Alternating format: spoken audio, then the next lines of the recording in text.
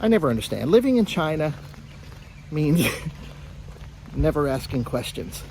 You can ask questions, but you're never going to get a different result than what they've already decided.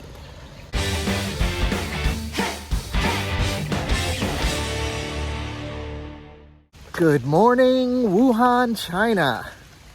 If you have watched my videos before, you may recognize that I am back in Wuhan, China, after a week in Thailand for the May holiday. And yeah, I got a lot on my mind as usual. My name is Jesse, and if this is the first time you're watching my channel, I'm a English instructor at Wuhan University in Wuhan, China. If you have seen my videos before, you may recognize this path as, you know, the gorgeous mountain path around my university. This is a particularly, well, I was going to say quiet day because of the rain, but the rain is loud, but quiet in terms of foot traffic. So for me, it's perfect. I just got out of class and I am sensing a number of things. You know, it's that time of year at the end of the semester, it's checkout time. And the students, you know, you could just see in their eyes they're this cross between I'm no longer interested in what you have to say, but more importantly, they're probably prioritizing the classes that they really need to study for, review for, prepare for the finals, and then a class like mine, English language. Not really high pressure. And in a different way, it's kind of checkout season for me. Well, I've only got about 5 weeks left in China before I leave my position here at Wuhan University and go back to the United States. So it's definitely, in the story arc of my China experience, this is definitely falling action. And have I checked out? Yeah, I mean, kinda. So before I move on to my near future, let me talk a little bit about the return from Thailand to China and what has happened in my classes this week.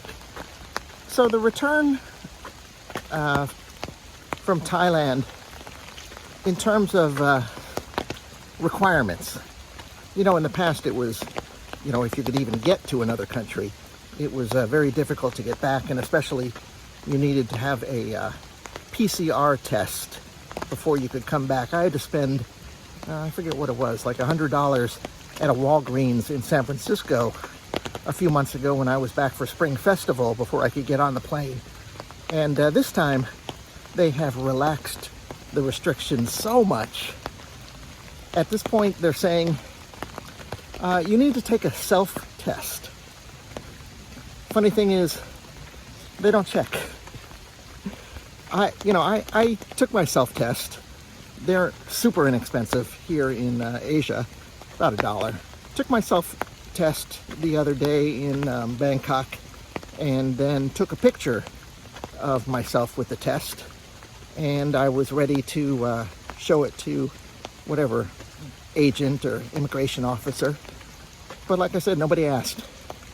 It's really it's a forgotten thing. Except, dunk,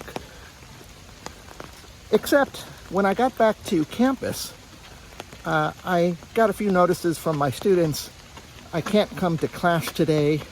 I've tested positive for the COVID. Today, one of my students, you know, sent me their test. Yeah, it was positive. And so here we go again.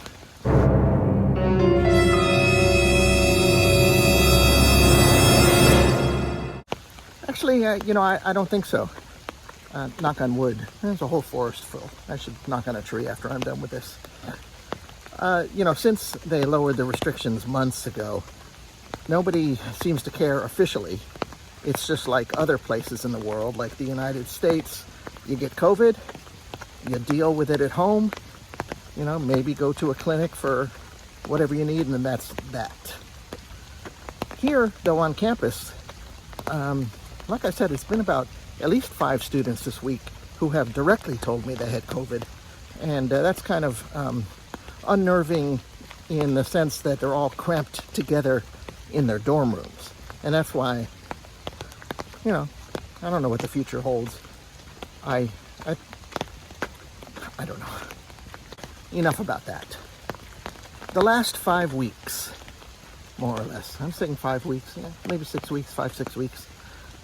The plan, first of all, is on June 20th, Summer and I will take a train to Shanghai for a couple days, then hop a plane to San Francisco and stay at my brother's house. Hi, I'm Larry, and this is my brother Daryl. And then we're going to head to Colorado, where my other brother lives. And that's my other brother Daryl. And then continue on in a long cross-country drive, should be a good cross-country drive, to Pittsburgh to check out once and for all if this is a landing spot for us.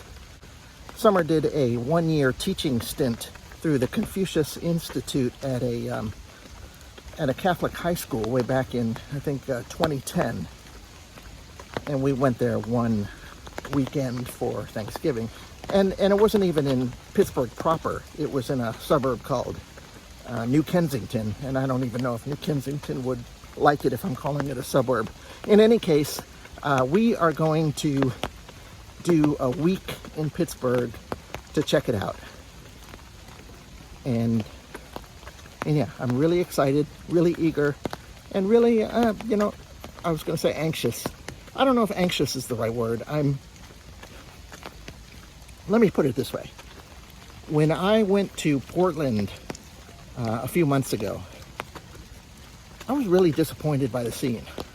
I was disappointed by the scene in terms of what I could afford on my budget and how the city of Portland, especially the city of Portland that I liked, the downtown area, which is so close to gorgeous nature, but I wanted to be around downtown.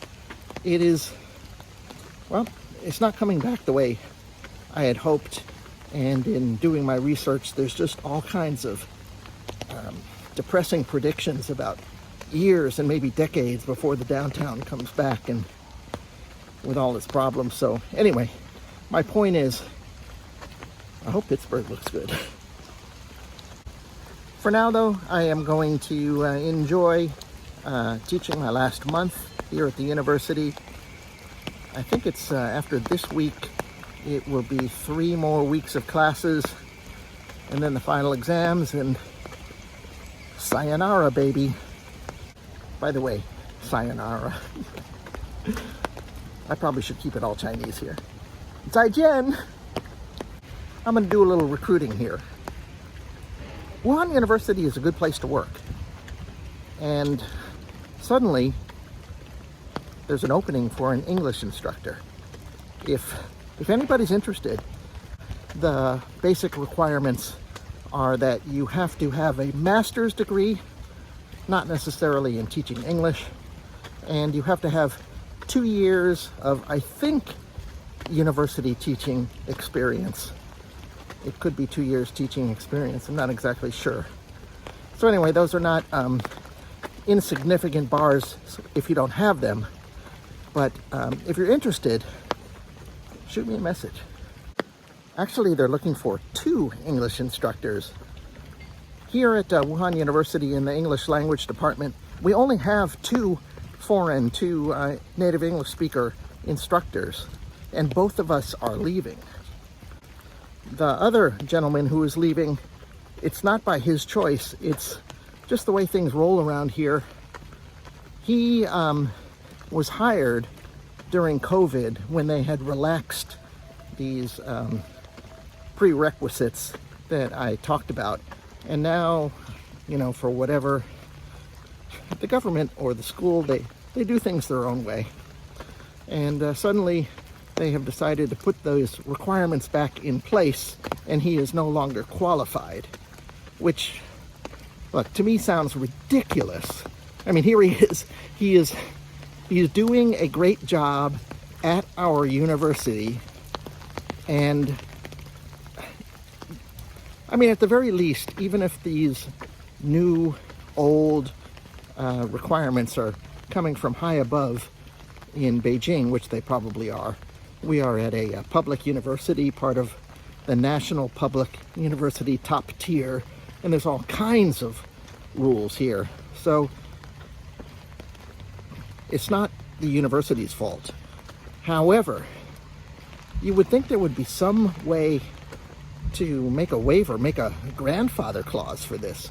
I never understand. Living in China means never asking questions. You can ask questions, but you're never going to get a different result than what they've already decided. I'm thinking back to, I mean, this is years ago when I first came to China to teach regulations. You could get off the plane with a tourist visa. You could go anywhere you wanted in the country and apply for a job. Wow, that scared me. And I don't know. People probably asked for a resume, but you could lie, or maybe a bachelor's degree is more than enough. Yeah, everything has changed. Where was I? The only constant in China is change. And the only real option is to roll with the punches. I totally respect and support China's desire to have qualified English teachers in the classrooms. Don't get me wrong. But to be honest, I just don't know how realistic that is, as we move into the future. I don't think I'm wrong in declaring that China is not the glamour destination that it once was. Glamour destination, if it ever was. There were always people, and there still will be people, who are really interested in coming here for, all reasons, culture, and learning Chinese, and business opportunities, and everything else. It's just that the climate has changed so much, and, I hope that my department can fill their openings. I don't want to be pessimistic. Maybe they'll fill their openings easily. It's been a month and they haven't yet. It's only been a month. Yeah, I don't want to get pessimistic. I hope they do. I think it's a tough environment to lure teachers. Well, it's a tough environment to lure teachers who aren't already in country to come here. There's no doubt about that. Anyway, and I don't want to sound too unsympathetic, but not my problem. That really does sound like a guy who has checked out, doesn't it? It's definitely a good way to end this video. I really want to thank you guys for watching. I appreciate it. If you haven't already, please press the like button. Drop a comment below, especially any teachers out there. And finally, if you haven't already subscribed to my channel, subscribe. Thanks. Catch you later. Bye.